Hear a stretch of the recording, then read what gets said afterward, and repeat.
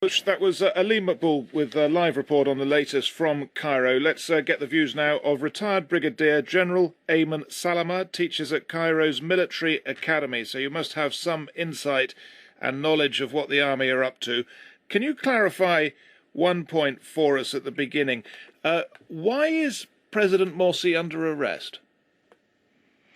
Actually, there have been many accusations and charges from the military during the last or the recent months in the disagreement between the army topped by Chief General LCC, on the other hand, the presidency topped by President Morsi, concerning in particular the national security over there in Sina'i, and with the tunnels coming from the jihadists, extremists, and Hamas elements personnel from Gaza Strip into Sinai, leading to the killing in just only 5 minutes of 16 or 17 guards, troops, and the president refused the army to reveal the names after investigation. I mean, bodily and medical investigations for the bodies. This is number one, and probably there will be military charges against the president, the disposed president, being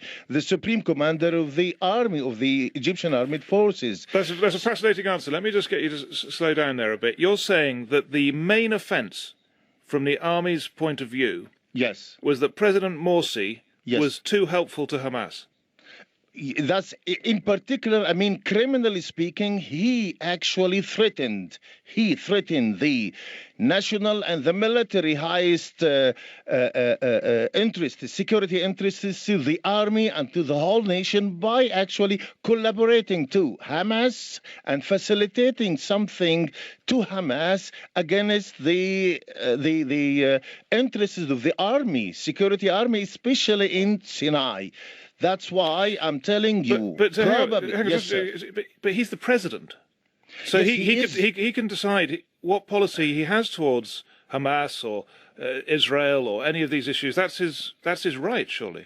Theoretically and legally speaking, in books, he is the president and the supreme commander, but he is the first civilian super commander, civilian president to the whole nation. That's why there have been misunderstanding from the president to the national security effort. Security and that endangers and jeopardizes the national security. Bearing in mind the geopolitical and the military actually features of a state like Egypt with neighboring countries, especially Israel and Hamas. That's why there have been many, not only one, many points of disagreements between the president and the military. And let me repeat it again.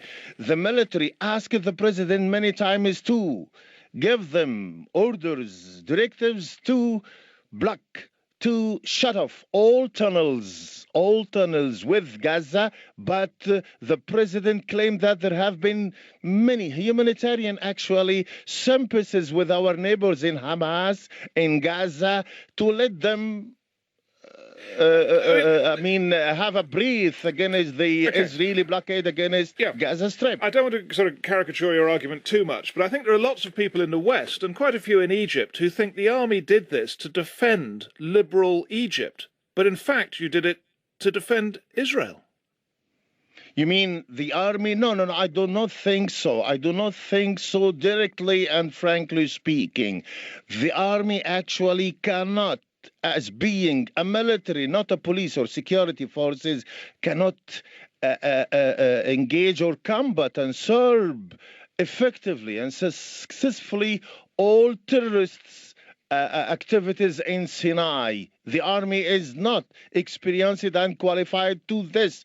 This is universal world military doctrine. That's why it is not actually, in fact, Israel, but it is the Egyptian national interests. But we could not actually devaluate the mutual and important mutual cooperation in intelligence and security between the Egyptian armies and also the Israeli Defense Army. We cannot ignore this reality.